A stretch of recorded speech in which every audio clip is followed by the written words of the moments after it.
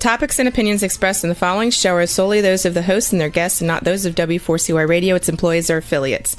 We make no recommendations or endorsements for radio show programs, services, or products mentioned on air or on our web. No liability, explicit or implied, shall be extended to W4CY Radio or its employees or affiliates. Any questions or comments should be directed to those show hosts. Thank you for choosing W4CY Radio.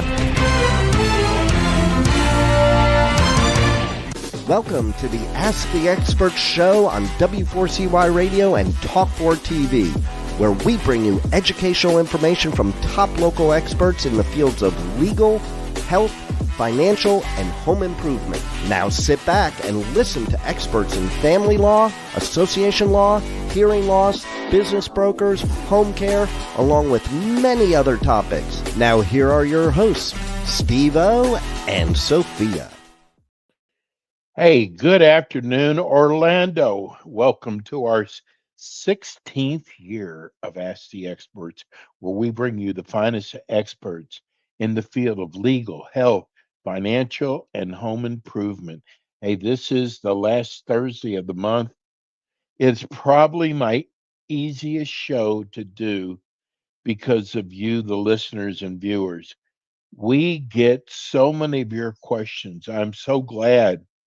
I guess I should feel blessed that you take the time to write out your questions, that you feel confident enough with our board certified. I still haven't gotten used to that board certified attorney, Alan Swartzide.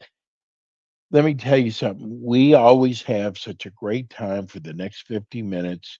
I have got so many questions from you about community association law. HOA, condo, and we love getting questions from board members, from residents. And I got to tell you, Alan is with one of the largest firms, K. Bender Rimbaum. I love doing this show with him. Good afternoon, Alan. Hey, Steve. Thanks. Hey, this is no suck up, bro.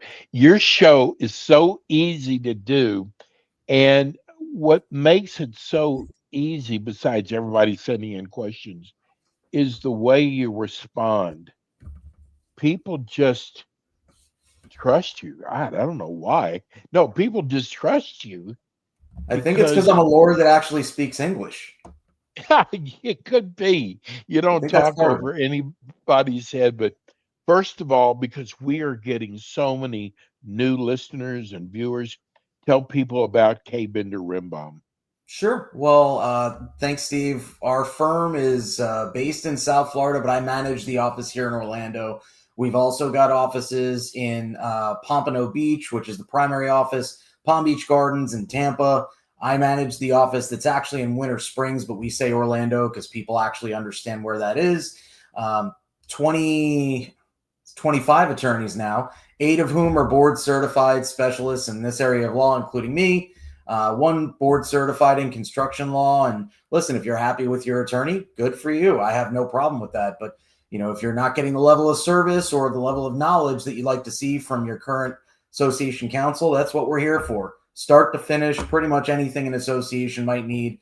And when I say association, I mean condos, HOAs, co-ops. We've got you covered. So, Steve, thanks for the opportunity to give a little intro, but I don't want to waste everyone's time that we could be answering questions with a little bio about me or the firm. So they're welcome to reach out or check out our website at kbrlegal.com if they want more. I got one thing that I'm not going to call it waste anyone's time. We are so proud of you. You are board certified. And that is, what was it been now, 6 months? 5 months? A little over a year. Okay. I think it was Tell summer people last what year. that means. So it essentially, without getting into details, and like Steve said, I don't really like to talk over anyone's head. It means that the Florida bar considers me an expert, and the other 7 people in the firm that have that same qualification, they're considered experts by the Florida bar as well. We have another gentleman down in Pompano who's considered an expert in construction law. This is regarding condo, HOA, and co-op. So you had a lot of classes to attend to.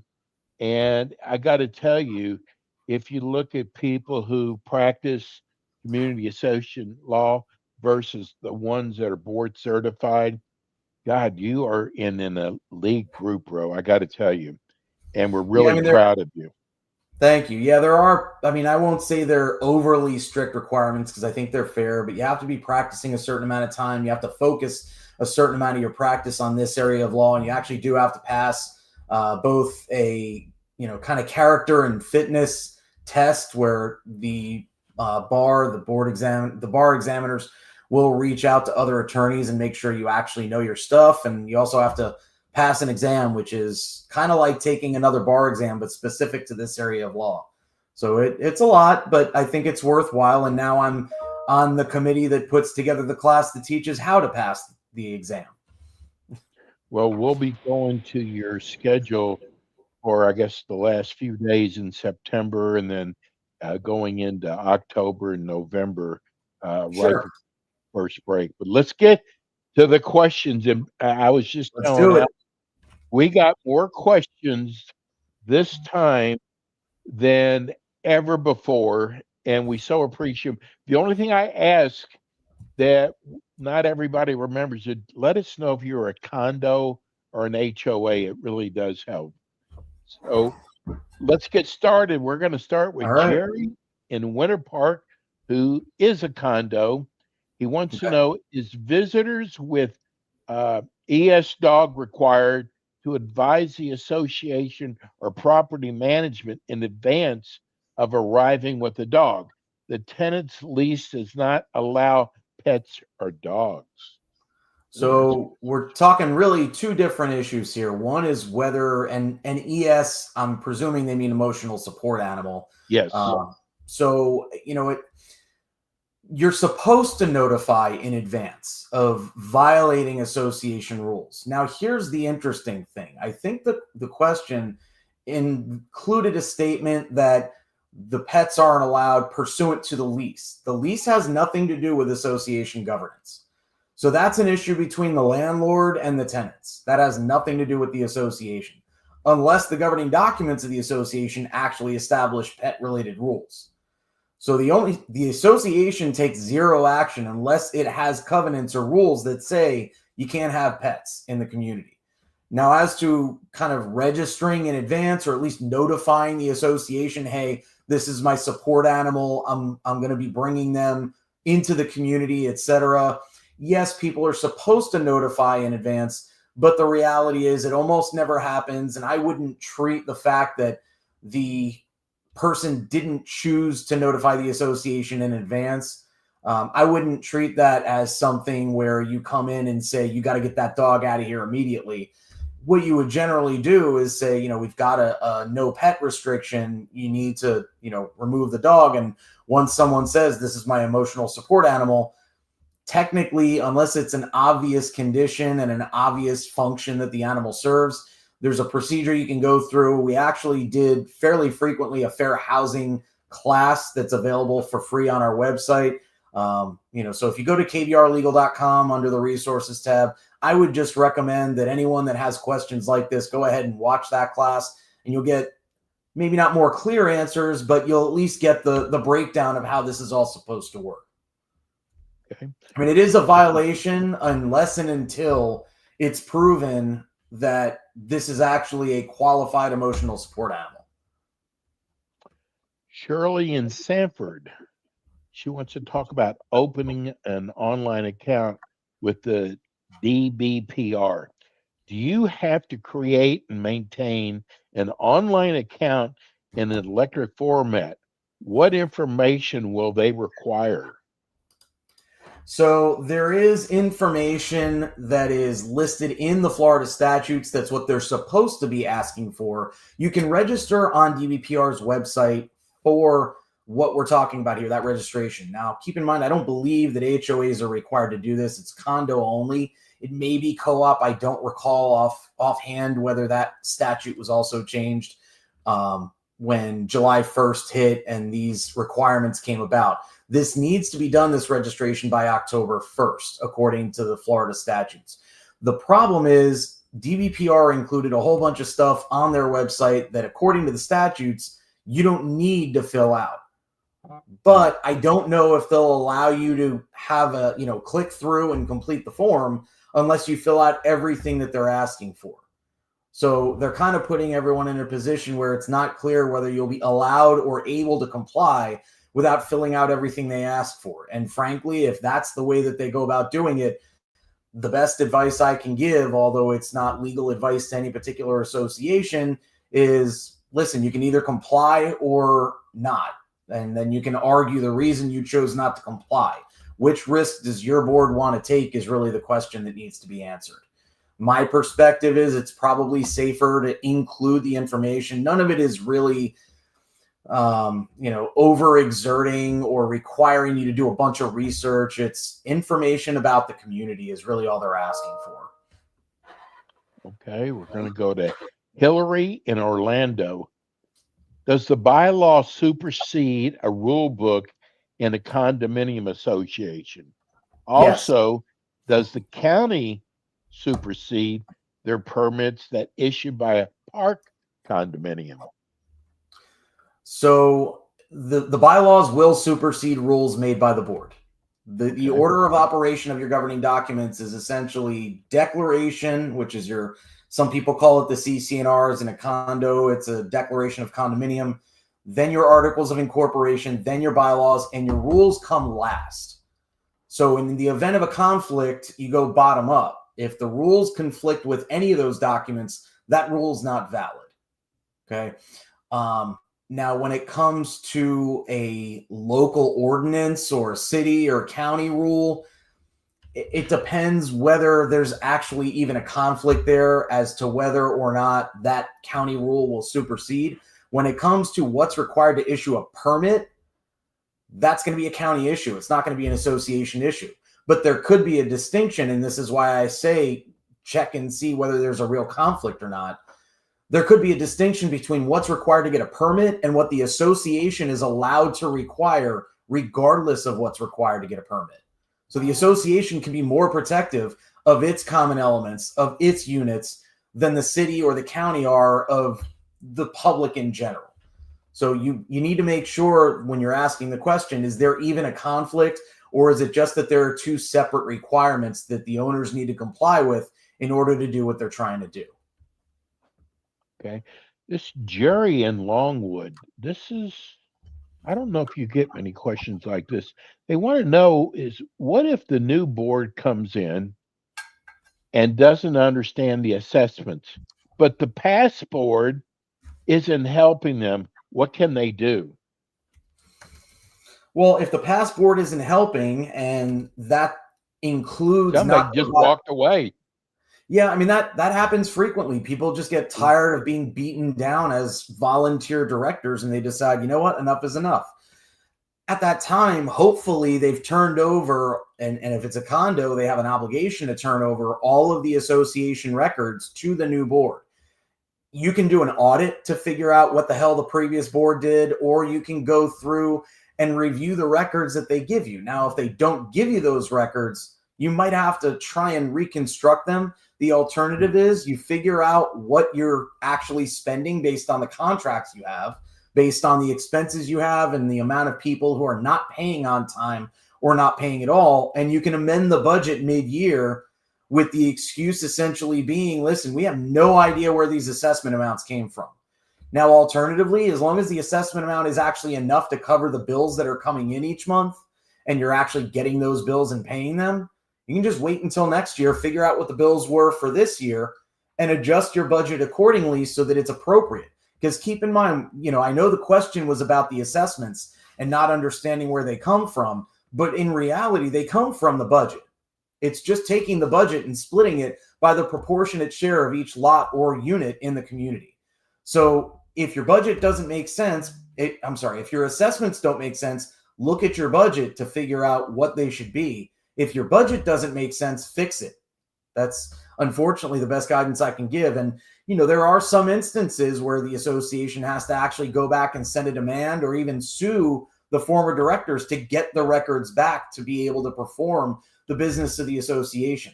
whether that's necessary or even, advisable or not, I'd run it by your attorney. And if you don't have one, you probably should be looking for one in the near future, because any community that doesn't have an attorney is probably doing something wrong because they're not asking for legal advice on legal matters. We got a couple of people who wrote in. Do you just represent the associations only? I'd say 99.9% of the time, yes. It's extremely rare that our firm takes on, well, we don't take on any other cases. We don't do personal injury or anything like that unless it's defending our association clients. But when it comes to, I presume the question is, do you represent individual unit owners? And the answer to that one is very rarely. Yeah, I mean, it's rare, and it's usually only going to be when dealing with an election dispute or a recall. And even those, I've kind of frankly decided that my office doesn't really work on them. The primary reason being we want to focus on representing the associations, which is really what our firm does. There are a lot of attorneys out there, both, South Florida and Central Florida and otherwise, who do a really good job of representing individuals. And frankly, I'd be more comfortable giving that person that knows what they're doing and routinely represents owners a referral and saying, hey, you know what, this is someone that does this all the time versus, yeah, okay, we can take the other side of this occasionally. That just, if we're going to focus on one area of law, I would just assume focus on, one area of law, but one side of it. It's kind of like when you've got a prosecutor that suddenly decides, you know what, I'm going to jump to the other side, and kind of has to learn how to operate on that side of the case. I would personally rather know, everything that I'm doing, and very rarely have to look up things that are statutory or case law to try and get the answers and things like that. So the answer in a lot less words is very rare. Do we represent anyone else? We're going to go to one of our listeners, Paul. He wants to know, it is my understanding that condo owner names and addresses may be requested and distributed to owners, but telephone numbers and email addresses are prohibited. In some instances, yes. Now, that email address that was designated for use by the association to provide electronic notices. So, when you're getting your notice of meetings by email, that email address is actually an official record that's subject to disclosure. The phone number, yeah, that's one that the owners can ask to keep out of the records. And when it comes to the name of the owner, unless they have some kind of statutory exception, sometimes, for example, it'll be a police officer, a judge, someone like that has a statutory exemption from that information being made public by anyone. That might be redacted, but the property address for certain is subject to inspection. Any mailing address is also subject to inspection. So it's kind of right, but there are a couple exceptions to what you're saying. So here's a follow-up from him. Can you tell us the procedure for obtaining permission for each distribution? Well, you have that authorization based on the statute. So it's just a matter of, if someone has that exemption when they're providing the information, and when I say the exemption, what I mean is the sharing their name, sharing who the owners of a unit or a lot are, that exemption should be disclosed to the association right when they're saying, hey, I'm buying this property. And it generally doesn't go away. So the reality is it's not a procedure for when you can disclose it. You disclose it when there's a records inspection request received by the association. And if there's a policy in writing governing those records inspection requests that the board has adopted, you follow that policy as well. So, for example, in an HOA, the statute says you need to submit that request by certified mail return receipt requested. If it's sent by email, you don't necessarily need to respond. But my point is, you follow that policy. It's not a procedure of what is needed to disclose. It's a procedure of what's needed to hold that information back if you're even allowed. One of our listeners is in an association in Cocoa Beach. He's the treasurer. and he wants to know, can you tell us about new items in HB 913 where board members may be criminally liable? Yeah, that's in our condo board. Condo board class and condo cam class. That's the legal update for 2026.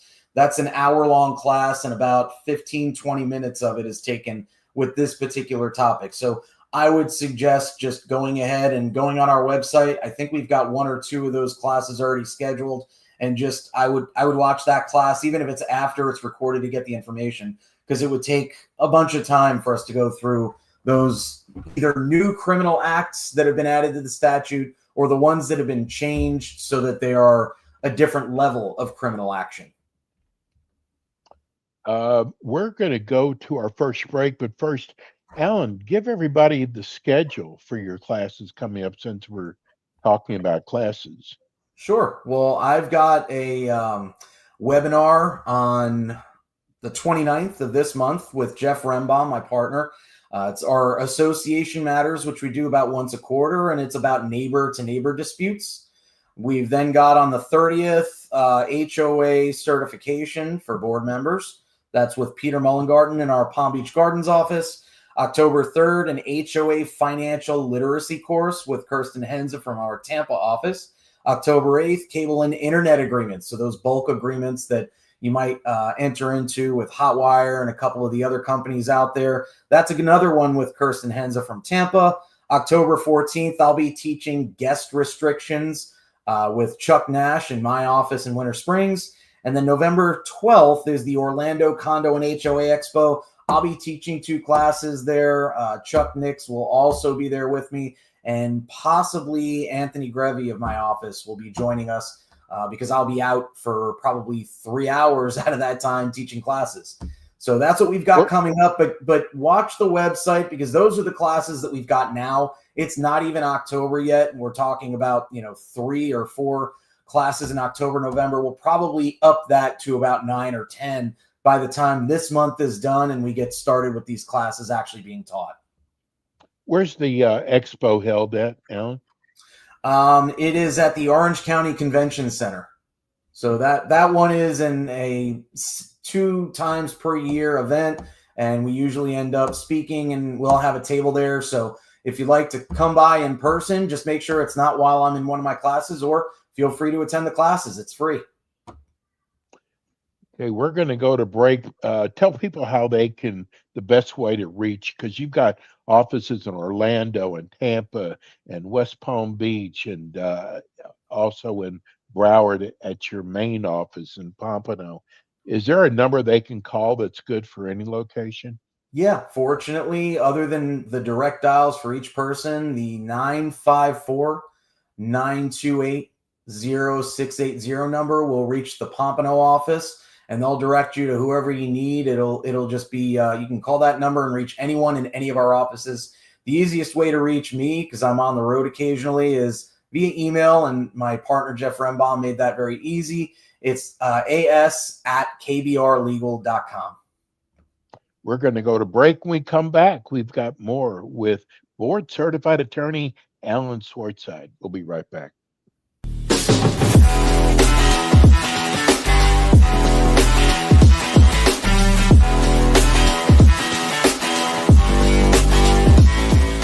K. Bender Rembaum is a full-service community association law firm dedicated to the representation of community associations throughout Florida. On kbrlegal.com, you can learn more about their offices in Pompano Beach, Palm Beach Gardens, Orlando, Tampa, as well as throughout Miami-Dade by appointment. Several K. Bender Rembaum attorneys are board-certified specialists in condominium and plan development law and assist clients with all matters of community association legal issues while keeping them up to date on new developments that affect their associations. K. Bender Rembaum is also a well-known provider of free legal education for managers and board members. Contact K. Bender Rembaum today by calling 800-974-0680. That's 800-974-0680 to reach any of their locations. You can also visit them online at kbrlegal.com or write to them at info@kbrlegal.com. And we are back with the Ask the Expert show on W4CY Radio and Talk4 TV with your hosts, Steve-O, Sophia, and their expert guests. And we are back. We are here with board certified attorney Alan Swartzide of the K. Bender Rimbaum Community Association lawyers throughout the state of Florida.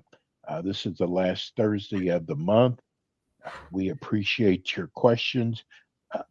Alan, I got a question here that I hope you understand. Okay, no And problem. I apologize. I hope I wrote it down right, but this is from Brad and Sanford. HB 913 again states that even employees of business that the association does business with is a conflict, but if the board approves the relationship, is it okay? So I'm going to just go through the procedure for when there might be a conflict, because the board can approve the contract that has a conflict involved. But all right, I'm just going to go through the conflict procedure because it's a little bit difficult to interpret what is actually being said here. So when there is a conflict of interest, and that happens whenever there is someone who is involved in the transaction and someone who is on the board that has either a familial relationship or a financial interest in the transaction. So if that board member has someone within, we call it the third degree of consanguinity, and it's basically your blood relationship up to grandparents, down to grandkids, across and over to, I think, uncles and aunts, possibly only brothers and sisters. But if there's that blood relationship with the person that's actually going to do the work or is contracting with the association, that director needs to disclose to the board that there is that conflict. 2/3 of the remaining directors, not including this individual, need to vote in favor of the contract. And if that is not disclosed, or the person does not abstain from voting on that particular contract, the contract can be canceled by the members. So essentially, if you've got a conflict, you need to disclose it. 2/3 of the remaining directors need to vote in favor of the contract, and you need to abstain from parts of the discussion. You can present it, and then you got to disappear while the discussion and voting is going on. And that's because the legislature wisely doesn't want this person who has an influential role in the association to influence the decision in their own favor. You can present, you can advocate for it, but then when the actual board discussion is going on, you walk out of the room. When the vote's going on, you stay out of the room. So I hope that kind of answered the question. Unfortunately, I'm not really understanding the situation about what the relationship with the business might be. So hopefully that helps. If not, feel free to shoot me an email. Maybe we can help. Robert in Orlando, and this is a good question since we're in the middle of hurricane season.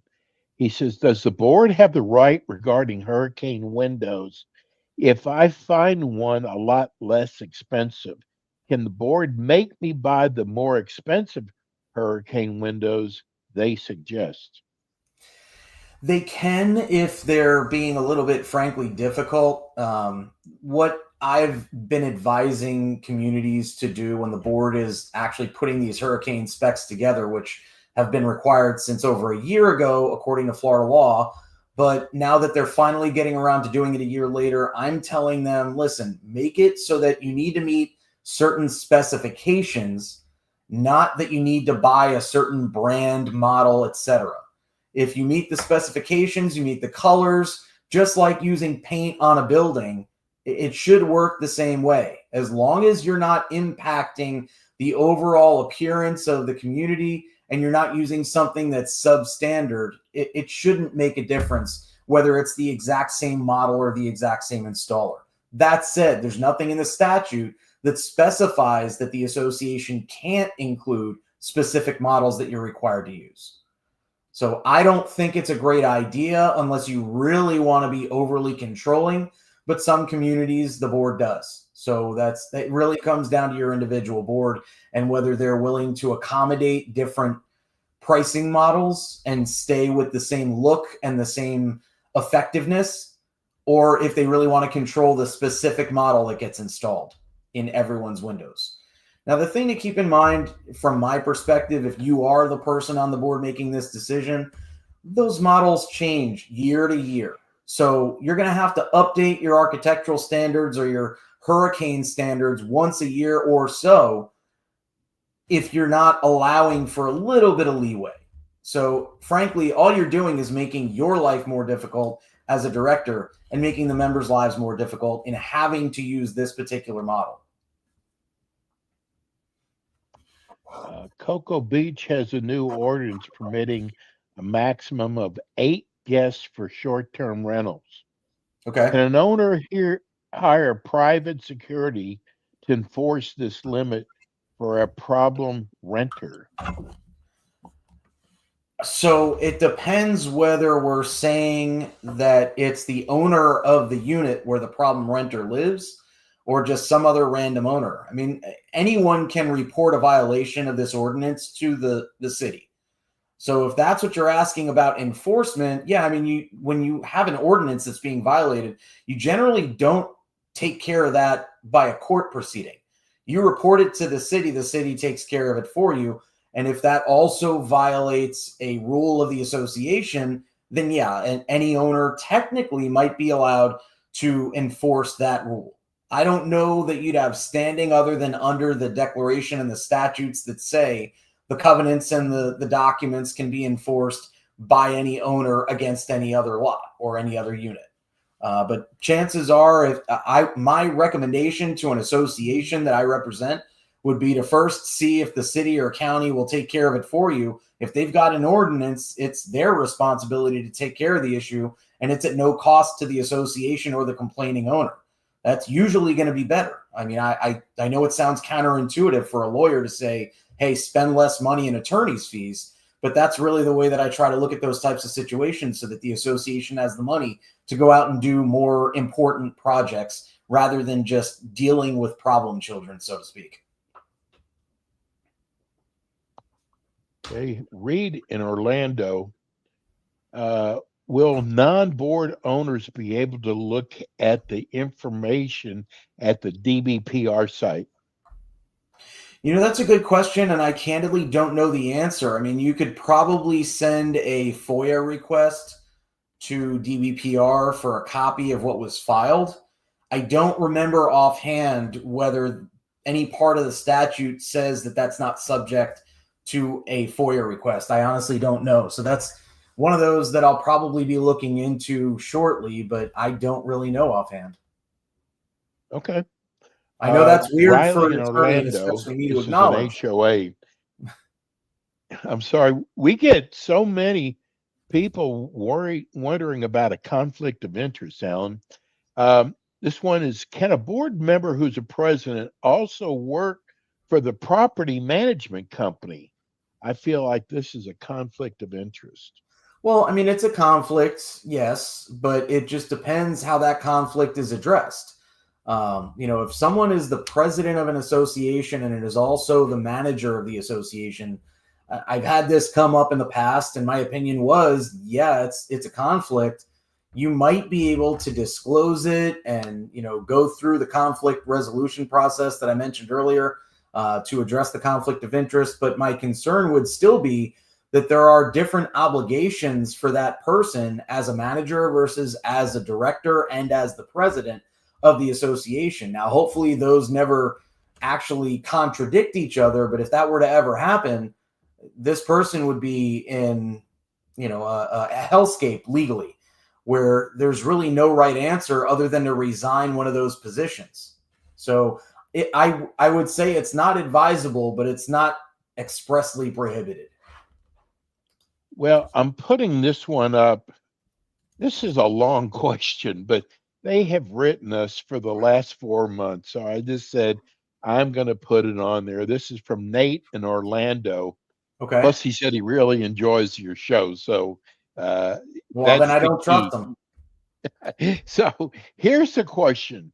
It's always that your show is always informative, but can a unit owner that has restricted occupancy per the bylaws in his unit ask another unit owner to register his parents so the family member can live in the association. This unit owner is trying to circumvent cause he already is in violation of our occupancy. What if the board doesn't have a violation committee? It's difficult for people to establish in my association. That's a Well, that's mouthful. yeah, that again, that's kind of two questions. So I'll answer the last one first. Having a violation committee or a fining committee is only required in order to fine people, to suspend use rights for a violation, or to suspend voting rights for a violation. If you're going to use any other enforcement mechanism, you don't have to have that committee. So if you're just going to seek an injunction to force this person to actually do what they were supposed to do, I couldn't care less whether you got a fining committee. Your board has the authority to pursue those violations. Your manager, if you've got one, is normally the person that'll send the violation notices and be able to move forward. So whether you've got a fining committee or whatever other committee you want to call the same type of committee, the fact that you can't embody that committee, frankly, I don't care, because I think that a fining is kind of a complete waste of time, as I've discussed probably 20 times on the show with you, Steve. Fining doesn't get the job done. It just tells people you did wrong. And for a lot of people, it's just like a fine that the city levies. I mean, this is the cost of being allowed to violate the covenants, because you're not forcing them to fix the problem by fining them. You're just telling them they did wrong and that they owe you some money. So I would use a different enforcement mechanism. That way the fining committee isn't even necessary. Now, if you want to suspend use rights and suspend voting rights, yeah, you would need to have that committee if the violation is the reason that you're suspending. If it's for non-payment, you don't even need that committee. Now, back to the question of what do we do? Well, the question then that I would return with is, does this person own more than one unit, or are they just trying to use someone else's occupancy to let their parents live there? If they own more than one unit, they're probably going to be able to get away with it. If they falsified the application and they really have, 5 people living in one unit and one person living in another, but they said that there would be 3 in one and 3 in the other, or I'm not trying to do the math correctly here, but you know what I mean. Yes. If they're falsifying the information, then that application is false, and that in and of itself, I would consider a violation. So, if and hopefully your application package says that falsifying this information will invalidate the approval if given. Because that should be in every one of these packages. If you lie, and that's why we said okay, sorry, but you don't get to get away with it just because we said okay and you tricked us. Doesn't work that way. But even if that package doesn't say you're not allowed to lie, there may be ways around it. But frankly, that would be one that I would run by the association attorney. And again, it sounds like you're not really getting a ton of legal advice here. That is what you really need. You need legal advice as to what the options are based on your particular set of governing documents. Cindy in Orlando wants to, is it true the board must take a vote on each fine before it's imposed on a resident? So kind of yes, but in reality, there's a way around that. The board needs to vote on fines, but they can vote on one giant list of, hey, all of these violations that we've reviewed, we're going to levy fines against all these people. That can be done all at once in one motion, one vote. That still needs to go to a fining committee in order to fine anyone.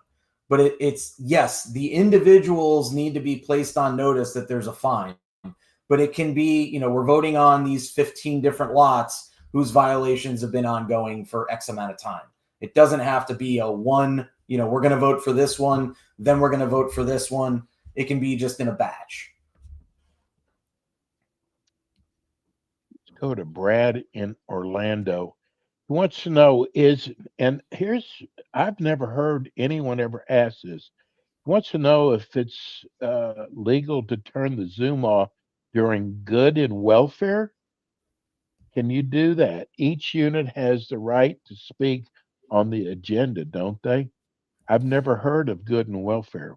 Yeah, I mean that's something like a fraternity would do. Yeah. Sometimes, it's like parliamentary procedure more than anything that really doesn't belong, in my opinion, in an association meeting. If it's not on the agenda, then no, those individuals don't necessarily have the right to speak at that time. If it's on the agenda, then yeah, I mean, every member of the community has the right to have their 3 minutes if they choose to use it, subject to reasonable restrictions by the board. So, if that item, that good and welfare, is on the agenda, then yes, everyone should have the right to speak. If it's just something that the members choose to do at the end of the meeting after the meeting has been closed out, no one has the inherent statutory right to speak during that time. So it really just depends on how the meeting is conducted. Kelly in Orlando is an HOA. This is about auditing. She wants to know, she said, we have not done an audit for 5 years. Any suggestions? Well, I mean, if you haven't done one and you want one, you can ask the board to do it. If you're on the board, you can bring it up at a board meeting. If not, you can send it to the board. But keep in mind, it sounds like you're trying to imply that it's required, and that's not required for an HOA unless you have at least $500,000 in revenue every year, actually more than 500,000, or you have 1,000 lots or more in your community. So it may be that you're not getting an audit done because you're not legally required to have one done. Now, if you are required to have it, yeah, that should be done every year unless the members actually voted not to do it. So it may be something that you actually demand the association do if that's not being done when it's supposed to. Lori in Orlando, this is a clarification. It's regard the new Florida statute about Zooming a meeting held. Is the physical location still needed? So if you're holding a meeting via Zoom, yes, the physical location should be used. You really have kind of needed a hybrid meeting since the state of emergency was declared over for COVID. Um, but in reality, yes, this is still something that you should be holding meetings via hybrid unless your bylaws explicitly say you're not going to do it. You would need to provide access to anyone that isn't able to attend on Zoom, even if your bylaws say you can hold it only virtually. Craig in Orlando, thank you for bringing the show to us. I have watched for the last 6 months. I've turned so many people on to this show. How many support animals are allowed in one unit? As many as you can get a reasonably reliable physician's note saying you need is the only answer I've got. And now keep in mind, if you've got literally the crazy cat lady who is legitimately certified as having a disability. When I say crazy, I take that a little bit more lightly than it should. But I mean, if someone has a disability that's been diagnosed by a physician that's qualified to make that diagnosis, it may be that she needs 15 different cats in her unit. Okay, now those 15 cats still need to be maintained cleanly. The unit needs to be clean. It's not that you get to have as many animals as you need and you don't have to take care of anything. If it starts to impact other people, you can still enforce the violation separate and apart from the amount of animals or having the animals. But there's no number limit to how many you can have in the Florida laws or in the federal laws governing fair housing issues. Okay, here's another one of those questions that I don't quite understand. It's from Lois in Orlando. It's regarding the new PR requirements. Does the same requirements apply to HOAs as condos? That's her first question. We are a separate HOA for amenities and common property for two separate condo buildings. So it'll generally apply only to the condos, the two condos, probably not the HOA, because this was something that I don't think DBPR has the authority to require that registration. I'm pretty sure it's condo and co-op only. Okay. Neil in Orlando, never miss one of your shows. What is the difference between a structural inspection and a 40-year inspection? There might not be any. It just depends what your particular county or city is actually going to require. A structural inspection depends which one of the two that we talk about almost every show that you're talking about. Is it a structural integrity reserve study or is it a milestone inspection? Those are two different things. Structural integrity reserve study pertains to an inspection that's being made for the purpose of figuring out what you need to reserve every year and on an ongoing basis.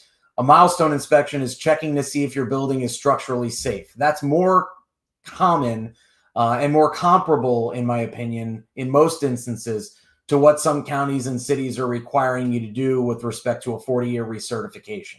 So that 40-year is really just going to be an inspection of the buildings to make sure that everything is structurally sound. A milestone inspection is going to be similar.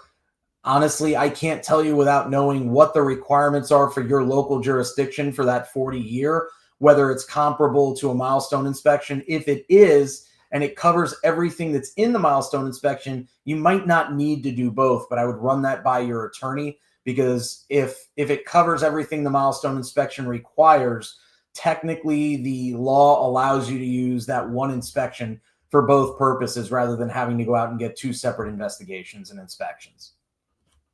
Robert and Kissimmee, will your firm be doing a budget seminar along with your certification seminar? So I honestly have not done the class that Kirsten's teaching that I mentioned, but I believe the financial class that I mentioned earlier is probably going to cover some budgeting. It's financial literacy, and I anticipate it's going to be budgets as well as some of those financial reports. That one's on October 3rd. So, I would suggest signing up for that. All of the classes that I mentioned are free. They're going to be held via Zoom. They're easy to attend, presuming that you're not at work at the time. And so I would check that class out if that's what you're looking for. Okay, this will probably be our last question. Sherry in Orlando wants to know, can one condo owner block the developer? Are we saying physically block them? It depends how big the owner is, but I don't know what you mean by blocking the developer. Is that blocking Doesn't the developer take over? I mean, gives over to the association after so much time? That's not an owner blocking them. The developer might be trying to block that turnover that you're talking about, which occurs when certain events happen. It's 50% of the HOA has been sold out. 90% of the HOA has been sold out. It's that turnover that the developer might not want to give up a little bit of control over the board, but I'm not really sure what an owner blocking the developer would actually mean. So maybe we can either go to a different question and do that one as the last one, or if that's all the time we've got, you do what you got to do, Steve.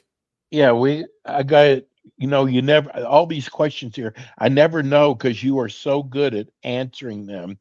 I never know how long the answer is going to be, but I'm going to tell you something. This shows how good you are. We've got 3 more pages, which we'll get to next month, of questions. This show has grown so much, Alan. Listen, I got to tell you, people appreciate you so much. I know how busy you are, and you give up your hour to come on such a busy day. People, they just, there's so many people who thank you for doing this. You'll be back again with us next month. Give people again the phone number, how they can reach K. Bender Rimbaum. Sure, 954-928-0680. Bro, you're the best. We'll see you next month. Thanks, Steve. And thank you to everyone who listened and who watches later on our website and everywhere else that this will be posted. Thank you. That's going to do it for us today. We'll be back in with you next week with more Ask the Experts. Thank you, Juan.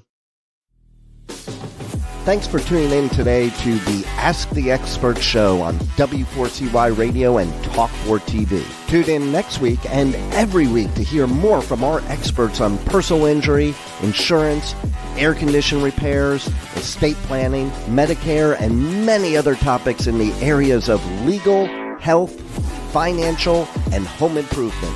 See you next week.